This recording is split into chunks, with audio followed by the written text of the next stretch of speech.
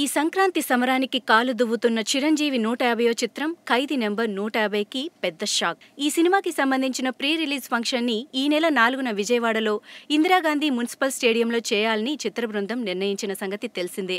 అక్కడి అధికారుల అనుమతులు ఏనాడో వచ్చేశాయి. అయితే ఇప్పుడు అక్కడ సినిమా ఫంక్షన్ చేయడానికి వీల్లేదు అంటూ మున్సిపల్ అధికారులే రివర్స్లో నోటీసులు జారీ చేశారు. దాంతో ప్రీ రిలీజ్ వేడుక ప్లేస్, టైం మారబోతోంది.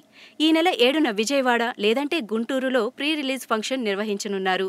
ముందు అనుమతులు ఇచ్చిన అధికారులే ఇప్పుడు కుదరదు అనడంలో అర్థమేంటో తెలియడం లేదు. దీని వెనుక రాజకీయపరమైన కారణాలేమయ్యా ఉన్నాయా అని దిశగా ఫ్యాన్స్ చర్చించుకుంటున్నారు.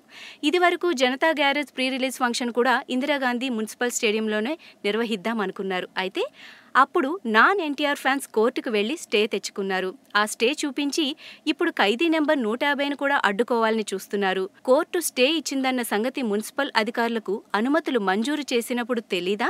అప్పుడు అనుమతులు ఇచ్చి ఇప్పుడు ఎందుకు వెనక్కి తీసుకున్నారు అంటూ మెగా ఫ్యాన్స్ లాజిక్లు తీస్తున్నారు. చిరు కాంగ్రెస్ లీడర్, అక్కడ అధికారంలో ఉన్నది తెలుగుదేశం ప్రభుత్వం. అందుకే చిరు సినిమాని తొక్కేద్దాం అనుకుంటున్నారంటూ కొంతమంది మెగా ఫ్యాన్స్ ఈ వివాదానికి రాజకీయ రంగు పులుముతున్నారు. ఏదేమైనా చిరు ప్రీ రిలీజ్ ఫంక్షన్ అర్ధాంతరంగా వాయిదా పడింది. మరి నెక్స్ట్ స్టెప్ ఏంటో చూడాలి.